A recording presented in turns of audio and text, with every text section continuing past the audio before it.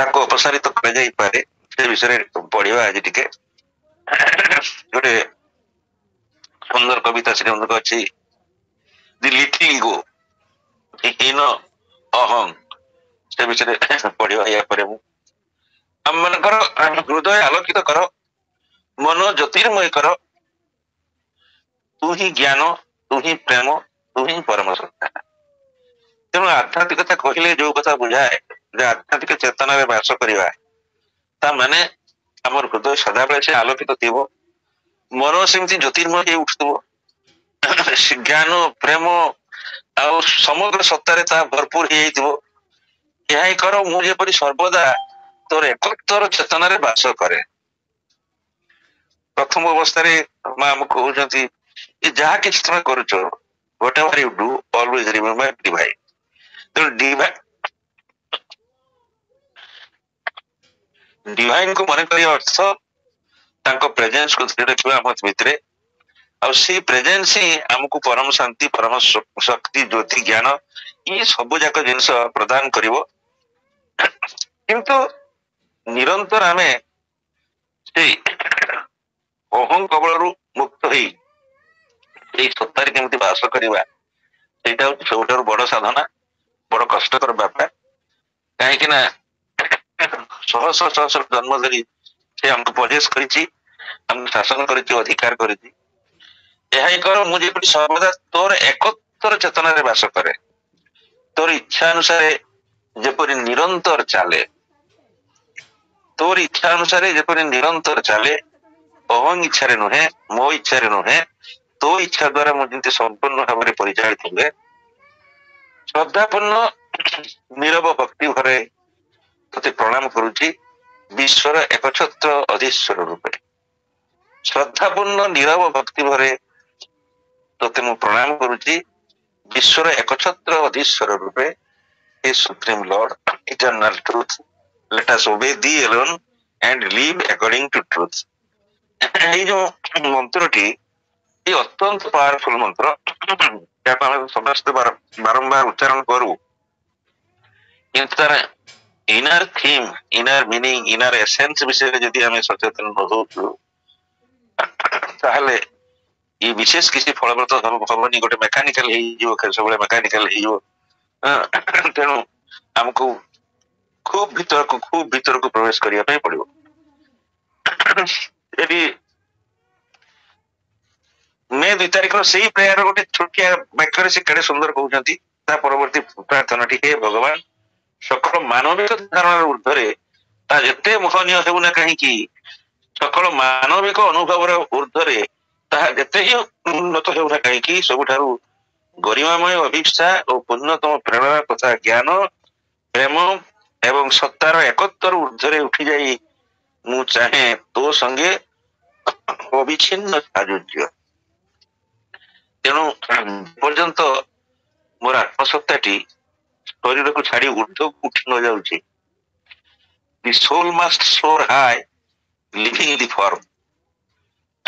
ସାବିତ୍ରୀ ଗୋଟେ line, the soul must soar high, ଅର୍ଥାତ ଆତ୍ମାଟି ସେ ଉଡି ଚାଲିବ ଅତି ଉଚ୍ଚକୁ ଲିଭିଂ ଦି ଫର୍ମ, ଏ ରୂପଟାକୁ ଛାଡି ସେ ବ୍ୟାପକ ହେଇଯିବ, ସେ ଏତେ ପ୍ରସାରିତ ହେଇଯିବ, ଯାହା ଫଳରେ ଯେଉଁ ଭଗବାନଙ୍କର 3ଟି ପର୍ଯ୍ୟାୟ, ଯୋଉ ବିଶ୍ୱାତୀତ, ବିଶ୍ୱଗତ ଆଉ ବସ୍ତିଗତ, ଏଇ ବସ୍ତିଗତ ସତ୍ତାଟି ଏତେ ପ୍ରସାରିତ ହେଇଯିବ, ସେ କସ୍ମିକ ଅର୍ଥାତ ମହାଜାଗତିକ ଉପସ୍ଥିତି ଭିତରେ ନିଜକୁ ପ୍ରସାରିତ କରିଦବ ଏବଂ ତାହା ହିଁ ଆମକୁ ଦିନେ ଟ୍ରାନ୍ସେଣ୍ଡେଣ୍ଟାଲ ସ୍ତରରେ ମଧ୍ୟ ପହଞ୍ଚେଇ ଦବ। ଏଇ 3ଟି ପର୍ଯ୍ୟାୟ କଥା ଆମକୁ ସଦାବେଳେ ମନେ ରଖିତେ ହବ ଯେ ଆମେ କଣ ପାଇଁ ସାଧନା କରୁଛୁ, କଣ ପାଇଁ ଆମ ଚେତନାକୁ ଆମେ ଉର୍ଦ୍ଧ୍ୱକୁ ନଉଛୁ, ଆଉ ଉର୍ଦ୍ଧ୍ୱକୁ ନ ନେଲେ ଭଗବାନଙ୍କର ଯୋଉ ବ୍ୟାପକତା, ଯୋଉ ପ୍ରସାରତା, ମାଇ ସୋଲ ଅନ୍ ହରାଇଜନ୍ ୱାଇଡେନ୍ ଟୁ ମେଜରଲେସ୍ ହାଇଟ୍, ମୋ ସୋଲଟା ସେ ସମସ୍ତ ଦିଗ୍ବଳୟ, ଅପରିମିତ ଦିଗ୍ବଳୟ ପାର ହେଇକି ୱାଇଡେନ୍, ସେ ପ୍ରସାରିତ ହେଇ ଚାଲିଛି ମେଜରଲେସ୍ ସାଇଟ୍, ଯେଠି ଦୃଷ୍ଟି ପାଇବନି, ଏଭଳିଆ ଜାଗାକୁ, ଏଭଳିଆ ଅଞ୍ଚଳକୁ ସେ ବର୍ତ୍ତମାନ ପ୍ରସାରିତ ହେଇ ଚାଲିଛି। ତେଣୁ ପ୍ରସାରତା ନହେଲେ ଆମେ ଭଗବାନଙ୍କର ସେଇ ଯୋଉ ବିଶାଳ ବ୍ୟାପକତା ବିଷୟରେ ଆଦୌ ବିଶେଷ କିଛି ଜ୍ଞାନ ପାଇପାରିବା ନାହିଁ। ଆମେ ସଂକୁଚିତ ହେଇ ଅହଂ ଭିତରେ ବନ୍ଦୀ ହେଇକି ଥାଇ, ତେଣୁ ଅହଂରୁ ବାହାରିବା ପାଇଁ ହେଲେ ନିଜକୁ ଅହଂର ଖୋଳପା ଫିଙ୍ଗି ଦେବା ପାଇଁ ପଡିବ, ଭାଙ୍ଗି ଦେବା ପାଇଁ ପଡିବ ଏବଂ ନିଜକୁ ପ୍ରସାରିତ ହେବା ପାଇଁ ପଡିବ, ଊର୍ଦ୍ଧ୍ୱକୁ ଉଠିବା ପାଇଁ ପଡିବ।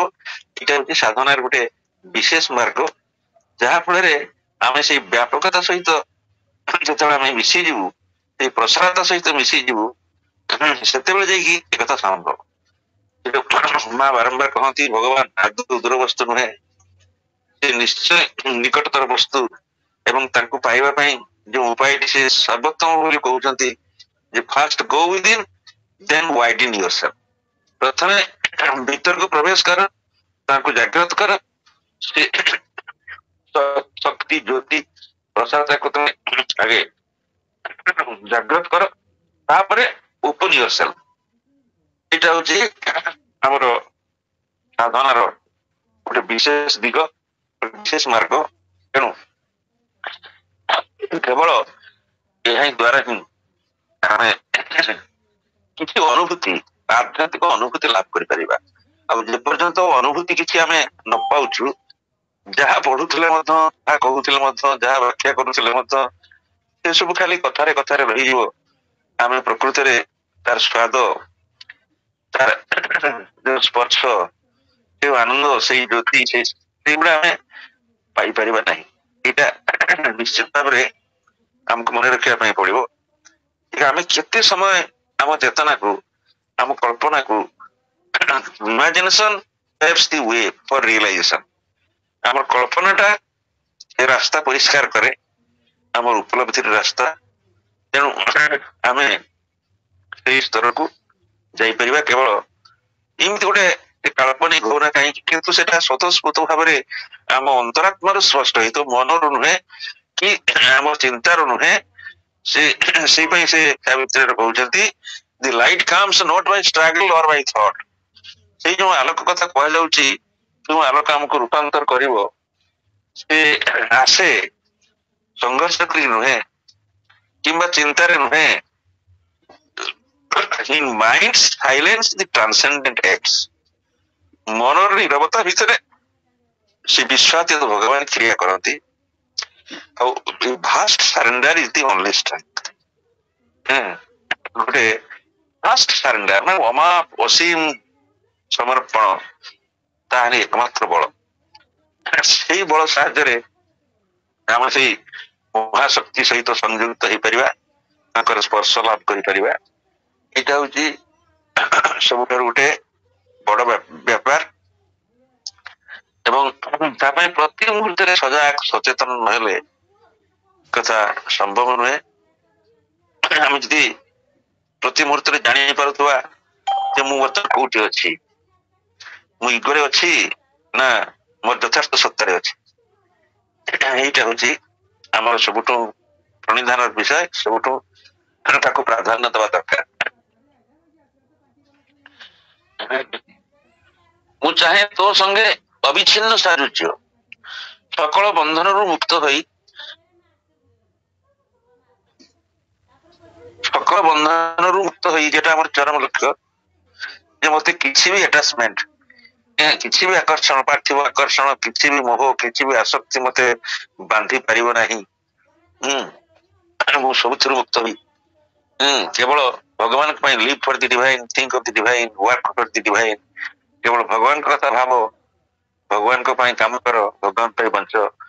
ଯୋଉ କଥାଟି ଅଛି, ଏଇ ପାଇଁ ଆମକୁ ବଞ୍ଚିବା ପାଇଁ ପଡିବ। ମୁକ୍ତ ହୋଇ ଉଠିବି, ମୁଁ ହୋଇଉଠିବି ତୁ ହିଁ। ଏଇ ଶରୀର ମଧ୍ୟ ଦେଇ ତୁ ହିଁ ଜଗତକୁ ଦେଖିବୁ। ତେଣୁ ମୁଁ ବର୍ତ୍ତମାନ ମୋ ମଧ୍ୟ ଦେଇ ଦେଖୁଛି, ଅହଙ୍କାର ମଧ୍ୟ ଦେଇ ଦେଖୁଛି, କିନ୍ତୁ ତୁ ହିଁ ଦେଖିବୁ ତୋ ମଧ୍ୟ ଦେଇ, ଏଇ ଯନ୍ତ୍ର ମଧ୍ୟ ଦେଇ ତୁ ହିଁ ଜଗତରେ କାର୍ଯ୍ୟ କରିବୁ। ମୁଁ ଗୋଟେ ଯନ୍ତ୍ର ହେଇଥିବି, ତୁ ହିଁ ତା ଭିତରେ କ୍ରିୟାଶୀଳ ହେଇ କାର୍ଯ୍ୟ କରିବୁ। ପରିପୂର୍ଣ୍ଣ ନିଶ୍ଚୟ ମଧ୍ୟରେ ପ୍ରଶାନ୍ତି ମୁଁ ପ୍ରାପ୍ତ ହେଇଛି।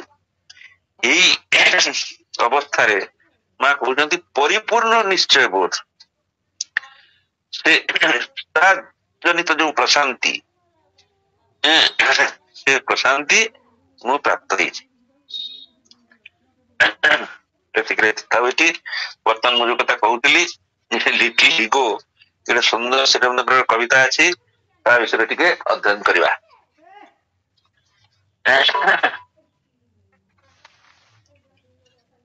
ସମୟ ହେଲାଣି କି ସେକେଣ୍ଡ ହାଫ? ହ୍ୟାଲୋ ହ୍ୟାଲୋ ପା ହଁ ଆଉ 5 ମିନିଟ ଅଛି ଭାଇ, ଆମେ ଅଫଲାଇନ ହେଇକି ପୁଣି ରିଜଏନ୍ କରିବା, ତାପରେ ଆପଣ କବିତାଟି ପଢିବେ ଭାଇ। କଣ ପାଇଁ ସମୟ ହେଇ ଆସିବ, କବିତାଟା ସମ୍ପୂର୍ଣ୍ଣ ହେଇପାରିବନି, ସେଥିପାଇଁ ସମସ୍ତଙ୍କୁ ଅନୁରୋଧ ଥରେ ଅଫଲାଇନ ହେଇକି ପୁଣି ଥରେ ରିଜଏନ୍ କରିବା ପାଇଁ। ଆଚ୍ଛା ଆଚ୍ଛା ଠିକ ଠିକ। Goodbye.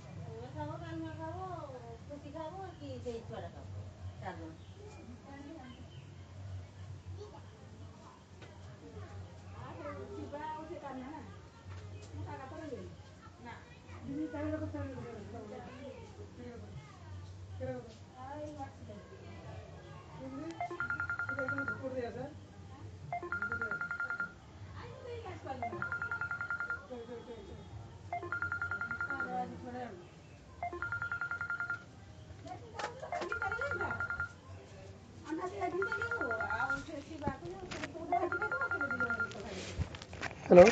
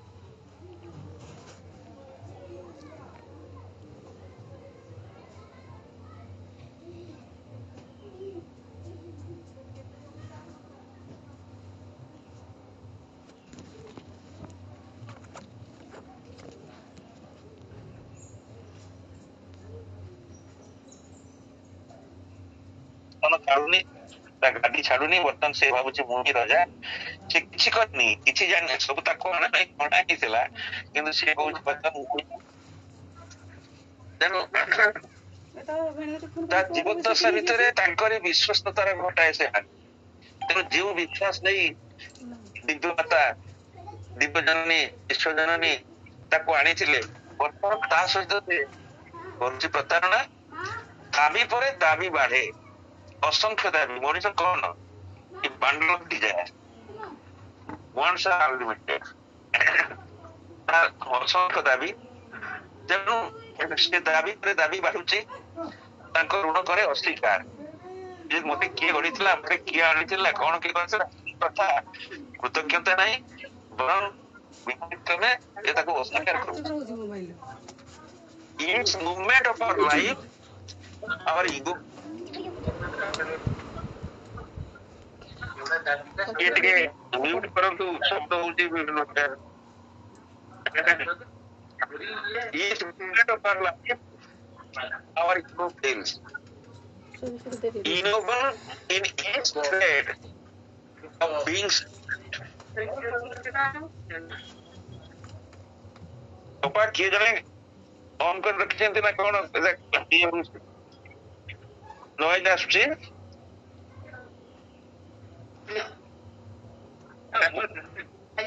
ନାଇଁ ଭାଇ, କିଛି କିଛି ଅନ୍ ନାହିଁ, କିଛି ନଏଜ ଆସୁନି, କାହାରି ଅନ୍ ନାହିଁ ଭାଇ, ପୁରା ସମସ୍ତେ ମ୍ୟୁଟ୍ ଅଛି। ସାଉଣ୍ଡ ଟା ଆସୁଛି କାହିଁକି? ଆଚ୍ଛା, each movement of our life, our ego feels. Innoble in each thread of being's weft. When most we find our selflessness, it steals a sordid part. No corner void is left. ଯାହାର ଓଡିଆଟା ହଉଛି ଅହଙ୍ଗାସୀ ଭରିଯାଏ ପ୍ରତିଟି ଚାଳିଚଳନରେ ଆମ ଜୀବନର। ପ୍ରତ୍ୟେକ ଚାଳିଚଳନରେ, ପ୍ରତ୍ୟେକ ସ୍ତରରେ ଅହଂ ନିଜକୁ ପ୍ରତିଷ୍ଠା କରେ। ସତ୍ତାର ଅଙ୍ଗ ବସ୍ତ୍ରର ପ୍ରତିଟି ସୂତ୍ରରେ ଥାଏ ତନ୍ତୁ ହୋଇ ମିଶି। ଆମ ସତ୍ତାର ଅଙ୍ଗ ବସ୍ତ୍ରରେ ଆମେ ଯଦି ଆମ ସତ୍ତା ମାନଙ୍କୁ କହିବା ଆମ ଅଙ୍ଗ ବସ୍ତ୍ର, ତାହେଲେ ତାର ପ୍ରତିଟି ସୂତ୍ରରେ ଥାଏ ତନ୍ତୁ ହୋଇ ମିଶି। ସେ ଗୋଟେ ସୂତାକ୍ଷୀ ହୋଇକି ସେ ଅଙ୍ଗ ବସ୍ତ୍ରରେ ପ୍ରତି ସତ୍ତାରେ ସେ ରହିଛି। ସ୍ୱାର୍ଥହୀନ ବୋଲି ଆମ ଦମ୍ଭ ବଳ ପଡେ ଯେବେ, ତ ହିଁ ଏଇ ଜ୍ୱର ଛିନ୍ନ ଅଂଶ ହୋଇଥାଏ ପ୍ରତି କୋଣ ଅନୁକୋଣରେ ପଶି। ଯେତେବେଳେ ଆମେ କିଛି ନିଃସ୍ୱାର୍ଥପରତାର କାମ କରି, କିଛି ଦାନ, କିଛି ଦକ୍ଷିଣା, କିଛି ଗୋଟେ ବିରାଟ କାମ, କିଛି ଧାର୍ମିକ କାମ କରିକି ବାହାବା ନେଇ, ସେତେବେଳେ ତାର ଶକ୍ତି ଆହୁରି ବଳି ପଡେ, ଆହୁରି ଅଧିକ ହେଇଯାଏ। ଯେ ମୁଁ କଲି, ମୁଁ ଏତେ ଗୋଟେ ଦାନି ଦେଖ ହସ୍ପିଟାଲ କରିଛି, କି ସ୍କୁଲ ଟେ କରିଦେଲି, ଦେଉଳ ଟେ ବନେଇଦେଲି, ମୁଁ କଲି, ତୁମ କଲି, ଏମିତି କଲା ପରେ ସେ ଆହୁରି ଅଧିକ ବଂଶାଳୀ ହେଇଯାଏ। When most we find our selflessness, it steals a sordid part. No corner void is left. ତେଣୁ ଯେତେବେଳେ ଇ ସ୍ୱାର୍ଥହୀନ ବୋଲି ଆମ୍ବ ଦମ୍ଭ ବଳି ପଡେ ଯେବେ, ତ ହିଁ ଏହି ଜ୍ୱର ଛିନ୍ନ ଅଂଶ ହୋଇଥାଏ ପ୍ରତି କୋଣ ଅନୁକୋଣରେ ପଶି। ସେ ଆସିକି ସବୁ ଅନୁକୋଣରେ ପଶିଯାଏ। ତାହେଲେ ଉପାୟ କଣ? ତାପରେ ସେ କହୁଛନ୍ତି one way life is free, our heart and soul to give, our body and mind to thee, and every sense. କେତେ ସୁନ୍ଦର ବାକ୍ୟଟି। ଗୋଟିଏ ମାତ୍ର ଉପାୟ ଅଛି, ପଥଟିଏ ଖୋଲା ଅଛି, ଆମର ହୃଦୟ ଆତ୍ମା ଦେବାକୁ ସଁପି। The one way lies free, our heart and soul to give, our body and mind to thee, and every cell. ପଥଟିଏ ଖୋଲା ଅଛି, ଆମର ହୃଦୟ ଆତ୍ମା ଦେବାକୁ ସଁପି, ଆମର ଶରୀର ମନ ପ୍ରତିଟି କୋଷାଣୁ ଯାଏ ତୁମରି ଚରଣରେ। ଜୀବନ ବିତେଇବାକୁ ମଗ୍ନ ରହି ଆନନ୍ତରେ ତବ ବିଶ୍ୱବ୍ୟାପୀ, and steeped in thy world infinity live, then lost in light, stamped the ignoble spell. ସେ କହୁଛନ୍ତି, ଯୋଉ କଥା ଆମେ ଆଗରୁ ଆଲୋଚନା କଲୁ, ଯେ ଯେତେବେଳେ ଆମେ ସେ ଭଗବାନଙ୍କର ବିଶ୍ୱବ୍ୟାପୀ ଆନନ୍ଦତା ଭିତରେ ବସିଯିବା, ତା ଭିତରେ ମଗ୍ନ ହେଇଯିବା, ଏଇ ଘୃଣ୍ୟ ମାୟା, ଯାହାକୁ ଅହଙ୍କାର ବୋଲି ଆମେ କହୁଥିଲୁ, ସେ ହେବ ନିରସନ। ଡୁବି ଯାଇ ଜ୍ୟୋତିର ପ୍ଲାବନେ। ଅହଙ୍କାର ଗୋଟେ ଜ୍ୟୋତି ଭିତରେ ସେ ନିଶ୍ଚିନ୍ନ ହେଇଯିବ।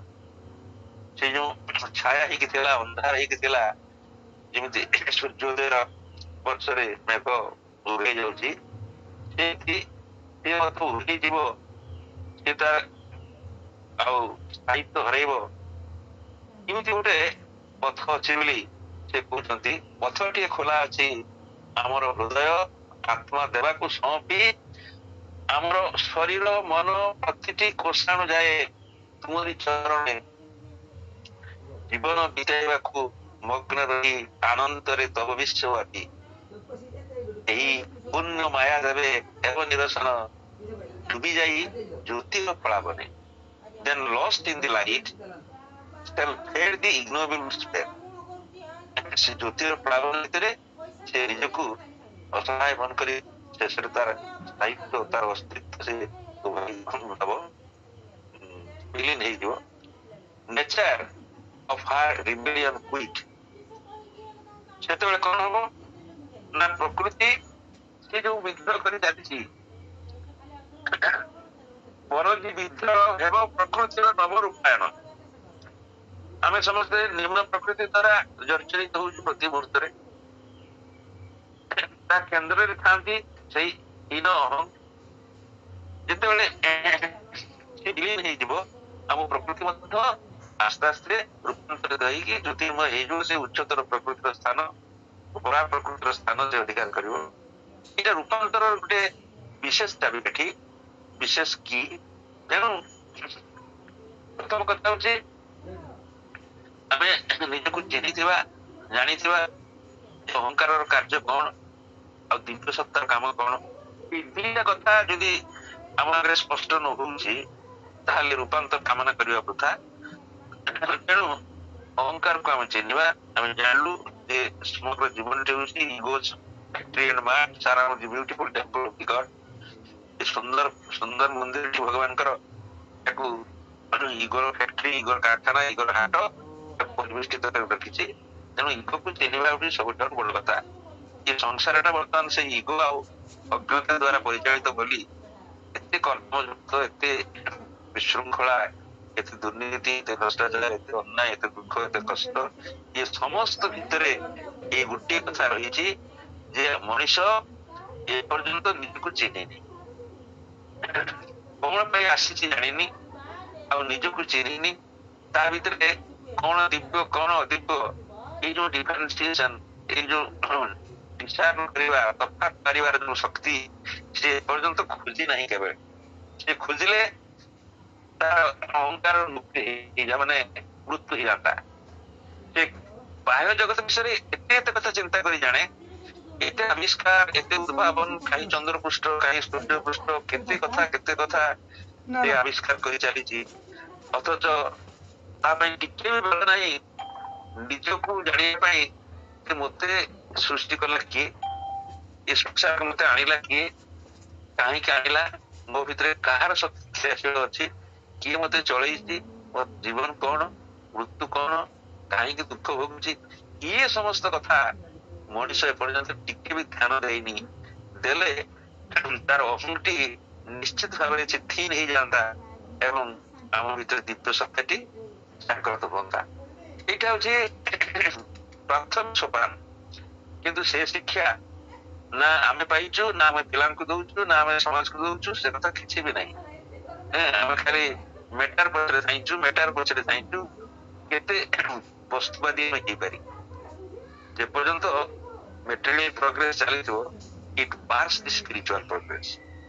Material progress bars the spiritual progress ବୋଲି ମା ସ୍ପଷ୍ଟ ଭାବେ କହୁଛନ୍ତି ଯେ ଏଇ ବସ୍ତୁବାଦୀ ଜଗତର ଯେତେ ଅଗ୍ରଗତି, ସେ ପ୍ରତିବନ୍ଧକ ସୃଷ୍ଟି କରୁଛି ସ୍ପିରିଚୁଆଲ ପ୍ରୋଗ୍ରେସ ପାଇଁ।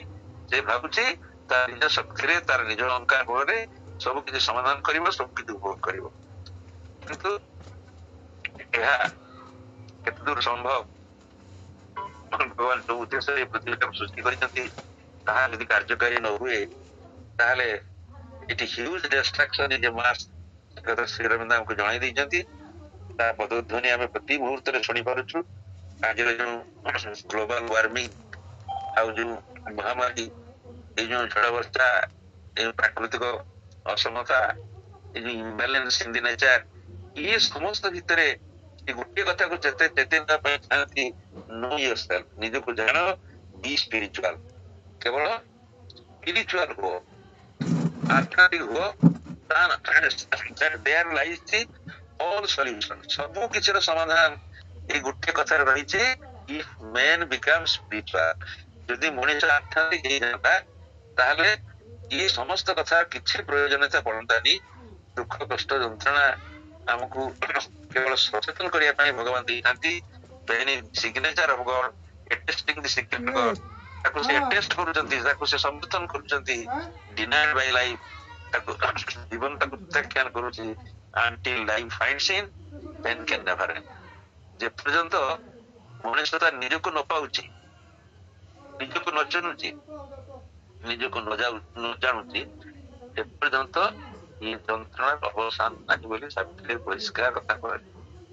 ତେଣୁ nature of a rebellion quit, ତେଣୁ ଯୋଉ ପ୍ରକୃତିକୁ ଆମେ ପରିତ୍ୟାଗ କରିବା ବଡ କଷ୍ଟକର ବୋଲି କହୁଛୁ, ପ୍ରକୃତି ନୈବ ମୁଚ୍ୟତେ, ସିଏ ଦିନେ ବିମୋଚନ ହବ। and shall be a breath of spirit's vast serenity, ପରିବ୍ୟକ୍ତ ପ୍ରଶ୍ୱାସରେ ସୌମ୍ୟଜଳ ପରାତ୍ପରଙ୍କର ପ୍ରକୃତି ଭଗବାନଙ୍କର ସେଇ ଉଜ୍ଜଳତାରେ ସେ ଉଦ୍ଭାସିତ ହେଇ ଉଠିବ। ତା ପାଖରେ ଯୋଉ ହୀନମନ୍ୟତା ରହିଛି, ଯୋଉ ଦୁଃଖ ଯନ୍ତ୍ରଣା କଷ୍ଟ ଯାହା ଯାହା କଥା ତା ଭିତରେ ରହିଛି, ଇଏ ସମସ୍ତ ଜିନିଷ ରୂପାନ୍ତରିତ ହବ ଯଦି ମେନ୍ ବିକମ୍ ସ୍ପିରିଚୁଆଲ।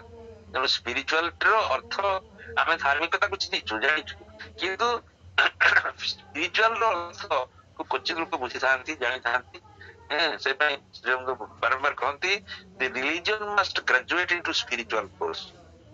ଯଦି ଧର୍ମ ମାନେ ସେମାନେ ଶିକ୍ଷିତ ନ ହେବେ ସ୍ପିରିଚୁଆଲ ଫୋର୍ସରେ, ଆଧ୍ୟାତ୍ମିକ ଶକ୍ତିରେ, ତାହେଲେ କିଛି ବି ବିଶେଷ ସଫଳ ଫଳିବ।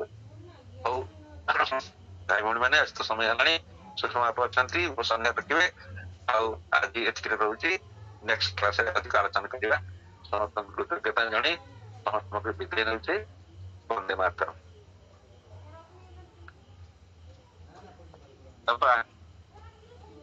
ଧନ୍ୟବାଦ ଭାଇ, ଆନ୍ତରିକ ଧନ୍ୟବାଦ ଆପଣଙ୍କୁ, କୃତଜ୍ଞତା ଭରା ପ୍ରଣାମ ଜଣାଉଛି ଭାଇ। ବହୁତ ସୁନ୍ଦର ଆଲୋଚନା ଥିଲା ଆପଣଙ୍କର।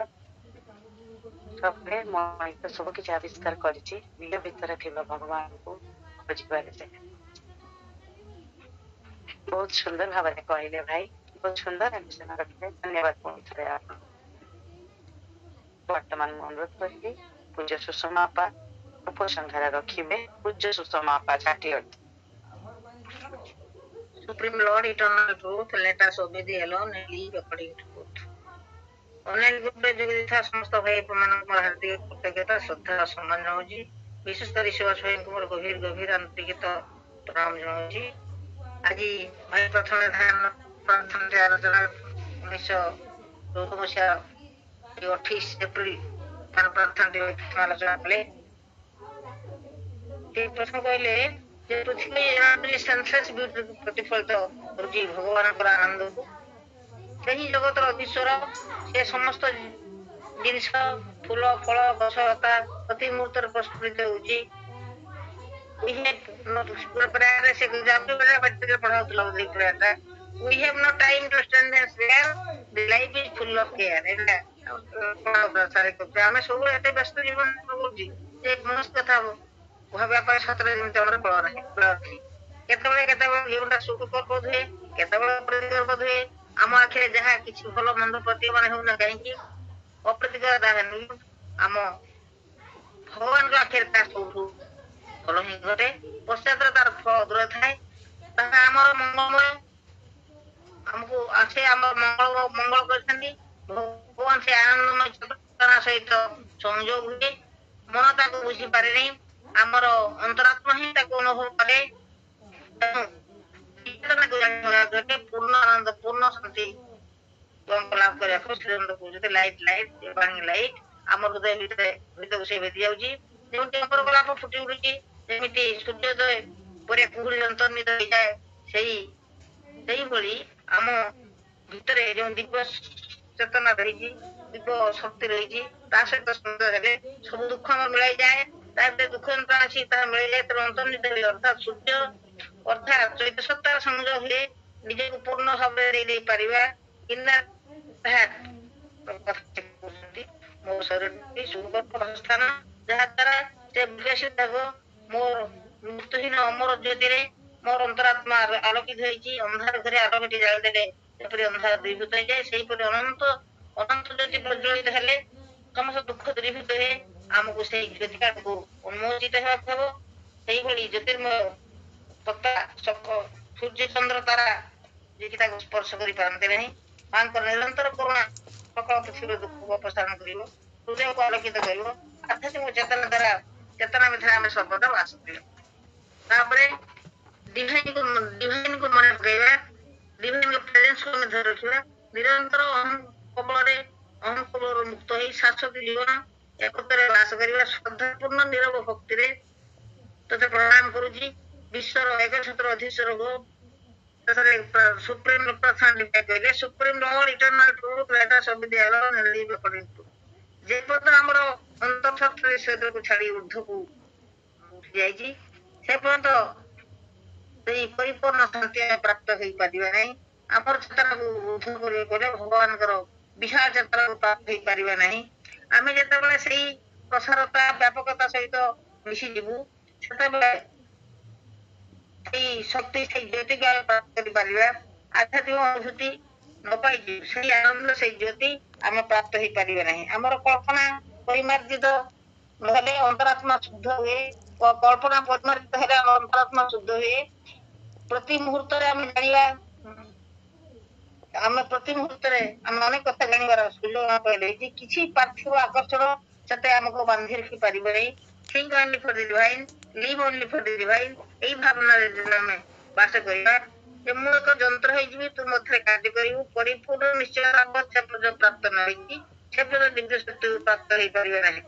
ଅହଂ ଏକ ପୁତଳିକା ଗଢିଥିଲେ ବିଶ୍ୱଜନନୀ, ଯୋଉ ବିଶ୍ୱସତ୍ତା ସେ ଗଢା ଥିଲା ସେଇ ଅହଂ ସେଇ ଯନ୍ତ୍ର ସେ ତିଆରି କରିଥିଲେ ତାଙ୍କର ଆନନ୍ଦ ପାଇଁ ତିଆରି ହେଲେ। ତାର ଇଚ୍ଛାକୁ ପୋଷଣ କରି ଚାଲିଛି, ସେ କିନ୍ତୁ ତାର ଇଚ୍ଛାକୁ ପୋଷଣ କରି ଚାଲିଛି।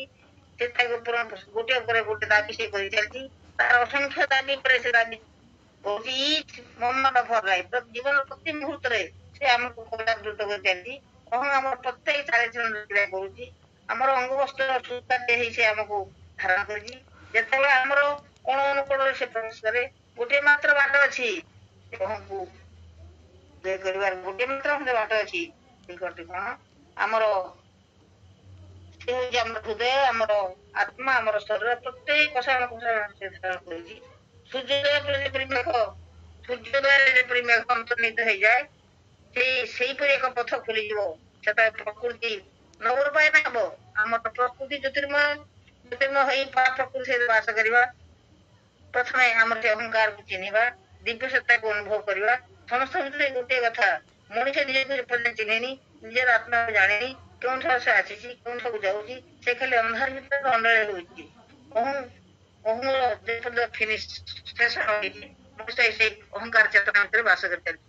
ତେଣୁ ସେଇ ଅଧୋଗତି ସେଇ ମହାମାରୀ ଝଡ଼ ସନ୍ଧ୍ୟା ଆଜି ସମଗ୍ର ବିଶ୍ୱ କବଜାବୃତ କରିଛି। ମଣିଷର ଯଦି ଆଧ୍ୟାତ୍ମିକ ଜୀବନ ଗଢିଥାନ୍ତା, ମଣିଷ ଯଦି ଆଧ୍ୟାତ୍ମିକମୟ ହେଇଥାନ୍ତା, ମଣିଷ ଏଇ ସତ୍ୟ ଚେତନାରେ ବାସ କରିଥାନ୍ତା, ମଣିଷର ଜୀବନ ଆଜି ଭାଗବତମୟ ହେଇଥାନ୍ତା। ତେଣୁ ମଣିଷ ଆଧ୍ୟାତ୍ମିକ ହୋଇପାରନ୍ତା, ସେ ଆଉ ଦୁଃଖ ଯନ୍ତ୍ରଣା ଭୋଗିବାକୁ ପଡନ୍ତା ନାହିଁ। ଯେପର୍ଯ୍ୟନ୍ତ ଅଛି ନାହିଁ ସେ ଇଶାରାଭଙ୍ଗ ହେଇପାରିବ ନାହିଁ। ଭଗବାନଙ୍କର ଉଜ୍ଜ୍ୱଳତାରେ ସେ ଉଦ୍ଭାସିତ ହେଇଯିବ। ଯେତେବେଳେ ସେଇ ସ୍ପିରିଚୁଆଲିଟିକୁ ସେ ଅନୁଭବ ମାନେ ସେ ଦିବ୍ୟ ଚେତନାର ପରିପ୍ରକାଶ ହେବାର ସମୟ ଆସିଛି। ଆଉ ଶ୍ରୀରନ୍ଦ ସେଇ ପରମଗତିମାନ ଶକ୍ତିକୁ ବିଶ୍ୱ ବାୟୁମଣ୍ଡଳ ଭିତରେ ଖେଳି ଦେଇଛନ୍ତି। ସମଗ୍ର ବିଶ୍ୱରେ ସେ ଦିବ୍ୟ ଶକ୍ତି ତିଆରି କରି ଚାଲିଛି। ଆମକୁ ସେଇ ଦିବ୍ୟ କୃପାକୁ ଧରି ରଖିବ, ଦିବ୍ୟ ପ୍ରେମରେ ବାସ କରିବାକୁ ହେବ, ଶରୀରକୁ ଦିବ୍ୟମୟ କରିବାକୁ ହେବ, ଦିବ୍ୟ ଶାଶ୍ୱତକୁ ଅନୁଭବ କରିବାକୁ ହେଲେ ତାହେଲେ ପୃଥିବୀ ସେଇ ଦିବ୍ୟ ସତ୍ୟରେ ପରିଣତ ହେବ। ଆମର ଜୀବନ ଶାଶ୍ୱତ ହେଇଛୁ। ଏତିକି ଶେଷ କରୁଛି। ଧନ୍ୟବାଦ।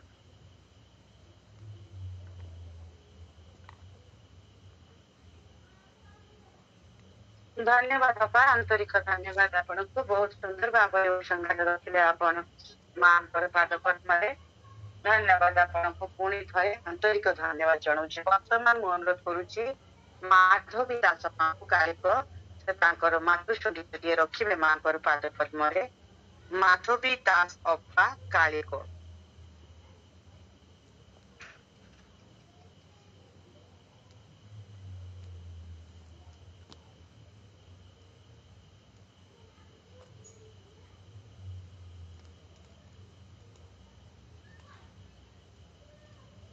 ମାଧବୀ ଦାସ ଅପା କାଳିକ ଆପଣ ଅନଲାଇନ ଅଛନ୍ତି ଆପଣ ଯଦି ମତେ ଶୁଣି ପାରୁଛନ୍ତି ଅନମ୍ୟୁଟ କରିକି ମାତୃସଙ୍ଗୀତ ଦେଇ ରଖନ୍ତୁ ମାଙ୍କର ସବୁ କଥା ବୁଝିବାକୁ କିଏ ଅଛି ମା ତୁମ ପରି ମା ତୁମ ପରି କେତେ ସେ ନିହରି ମରି ନେଇଆଛ କୋଳି ଧରି ନୀତି ସଜାଇ ଦେଉଛ କେତେ ସେ ନିହରି ବଳି ନେଇଆଛ କୋଳି ଧରି ନୀତି ସଜାଇ ଦେଉଛ ଯେମିତି ରଖିଥିବ ମା ଚିରକାଳ ହିଁ ଯେ ସେଇ ସୁଖରେ ମା ସେଇ ସୁଖରେ କରୁଣା ତୁମରି ଅଜାଡ଼ି ଦେଇଛ କୃତଜ୍ଞତା ହୃଦି ଯାଏ କରି ଜନମ ଜନମ ତୁମ ପାଶେ ରଖି ଏ ଜନମେ ମା ଖୋଲି ଦେଲ ଆଖି ଜନମ ଜନମ ତୁମ ପାଶେ ରଖି ଏ ଜନମେ ମା ଖୋଲି ଦେଲ ଆଖି ବଦଳି ଯାଉଛି ଏତ କଳପନା ଅତୀତରେ ଯିବି ଜାନଥିଲି ମା ଜାନଥିଲି କରୁଣା ତୁମରି ଅଜାଡ଼ି ଦେଇଛ କୃତଜ୍ଞତା ହୃଦି ଯାଏ କରି ଜୀବନର ସବୁ କଥା ବୁଝିବାକୁ କିଏ ଅଛି ମା ତୁମ ପରି ମା ତୁମ ପରି ମା ବନ୍ଦେ ମାତରମ୍।